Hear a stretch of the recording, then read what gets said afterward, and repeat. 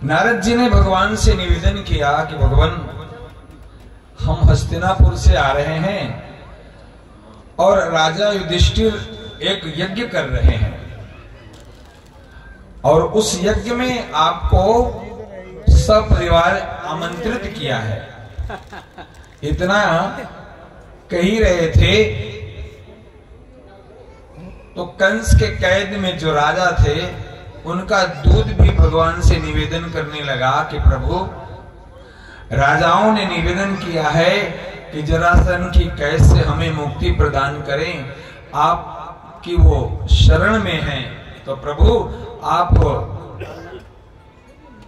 कृपा करके जरासंध को पराजित करके उन राजाओं को मुक्त करो। अब भगवान सोचने लगे कि एक ही समय दो अर्जी आई है।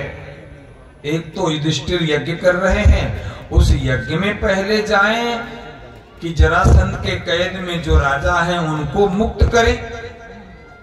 इतना भगवान सोच ही रहे थे, निकट बैठे उद्धव ने भगवान से कहा कि प्रभु, आपको पहले युधिष्ठिर के यज्ञ में जाना चाहिए। क्यों? क्योंकि युधिष्ठिर के यज्ञ में जाने से दो कार्य हो जाएगा, एक पंथ दो काम। युधिष्ठिर के यज्ञ में जो अश्वमेध यज्ञ हो रहा है उस यज्ञ में आप जाओगे और युधिष्ठिर यज्ञ का घोड़ा छोड़ेंगे। उस घोड़े को और तो कोई नहीं पकड़ेगा, पर जरासंध जरूर पकड़ेगा, और जब जरासंध पकड़ ले उस समय भीम अर्जुन सब जरासंध से युद्ध करने जाएंगे। उसी समय आप भी उनके साथ जाना और फिर वो जरासंध मारा जाएगा और राजा भी मुक्त हो जाएंगे। राजा भी मुक्त हो जाएंगे। इसीलिए महाराज आपको सबसे पहले युधिष्ठिर के यज्ञ में जाना चाहिए। भगवान बड़े प्रसन्न हुए और भगवान सपरिवार युधिष्ठिर के यज्ञ हस्तिनापुर में पधारे। भगवान का स्वागत हुआ है और भगवान ने युधिष्ठिर से निवेदन किया कि आप अश्वमेध यज्ञ का घोड़ा छोड़ो, और घोड़ा चला है। चारों तरफ भ्रमण करते करते जब जरासंध के राज्य में पहुंचा तो जरासंध ने घोड़े को पकड़ लिया है और फिर भगवान भीम और अर्जुन को लेकर जरासंध के राज्य में प्रवेश किया।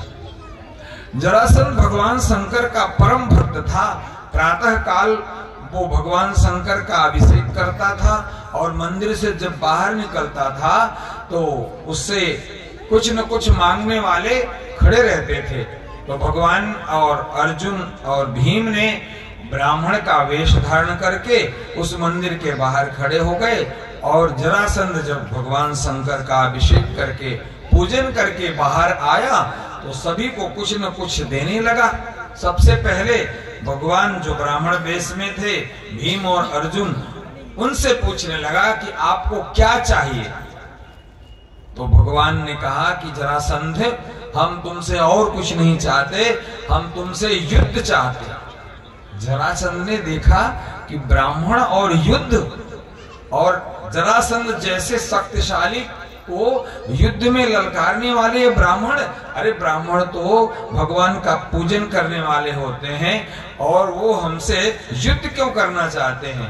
फिर ध्यान लगाकर देखा, अरे ये तो कृष्ण छलिया है जो मुझसे युद्ध करने आया।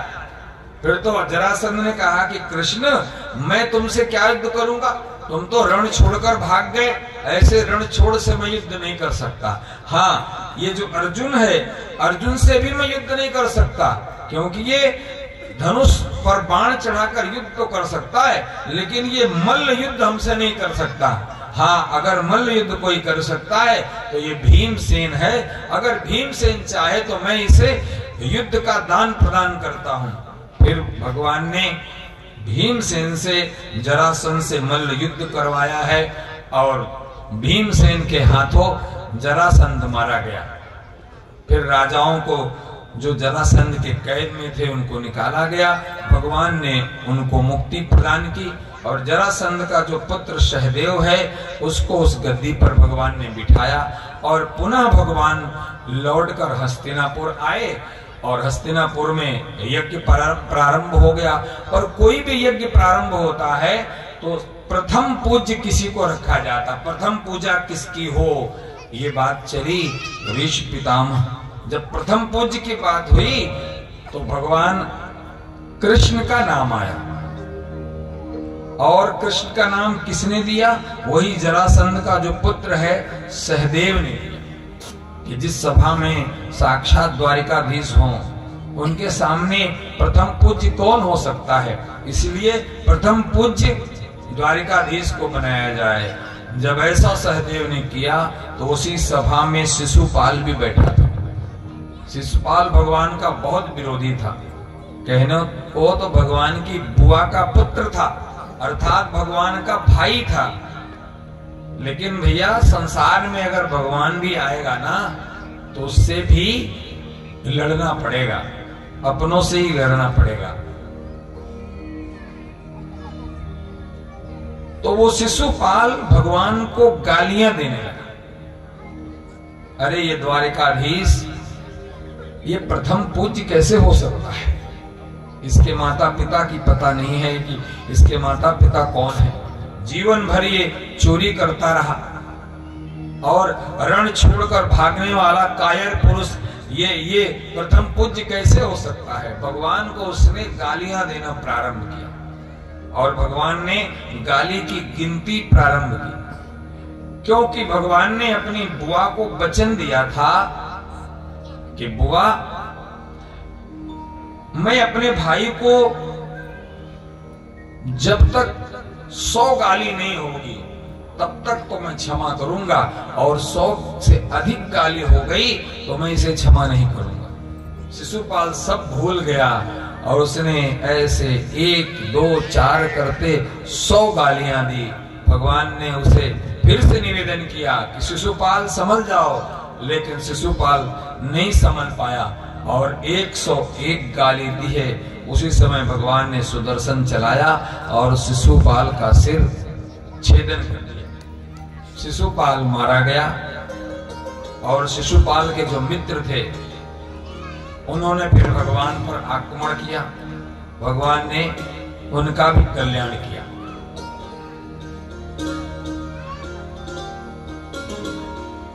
अब भगवान की लीलाओं में सुखदेव जी से प्रश्न करते हैं राजा परीक्षित, भगवान की और लीलाएं बताने की कृपा करें। तो फिर सुखदेव जी कहते हैं, राजन, भगवान के एक सखा है, कृष्णाशीत सखा कश्चित् ब्राह्मणो ब्रह्मवित्तमः विरक्त इंद्रियार्थेषु प्रशांतात्मा जितेन्द्रियः।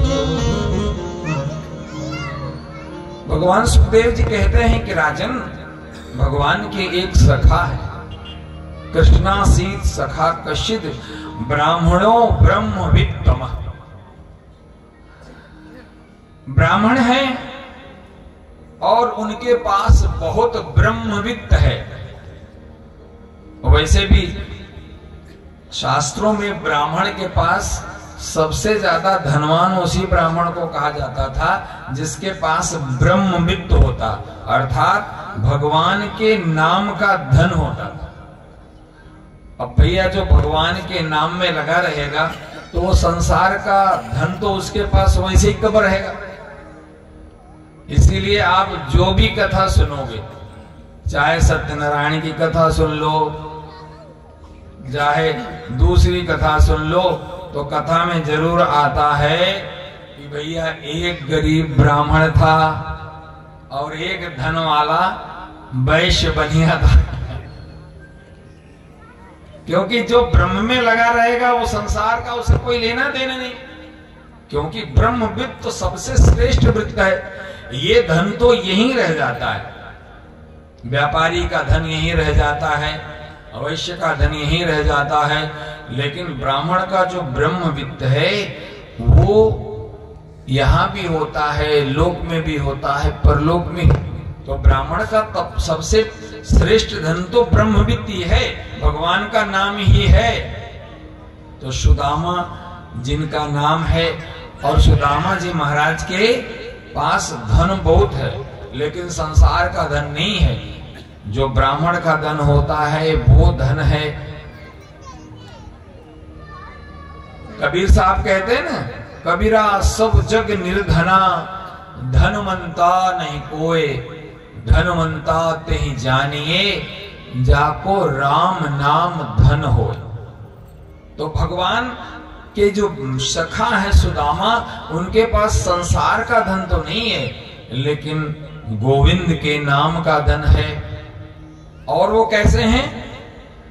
ब्रह्मवित्त हैं, विरक्त इंद्रियार्थेषु, इंद्रियों से विरक्त है। प्रशांत आत्मा जितेंद्रिय, इंद्रियों को जीतने वाले प्रशांत आत्मा हैं। ऐसे भगवान के एक सखा हैं।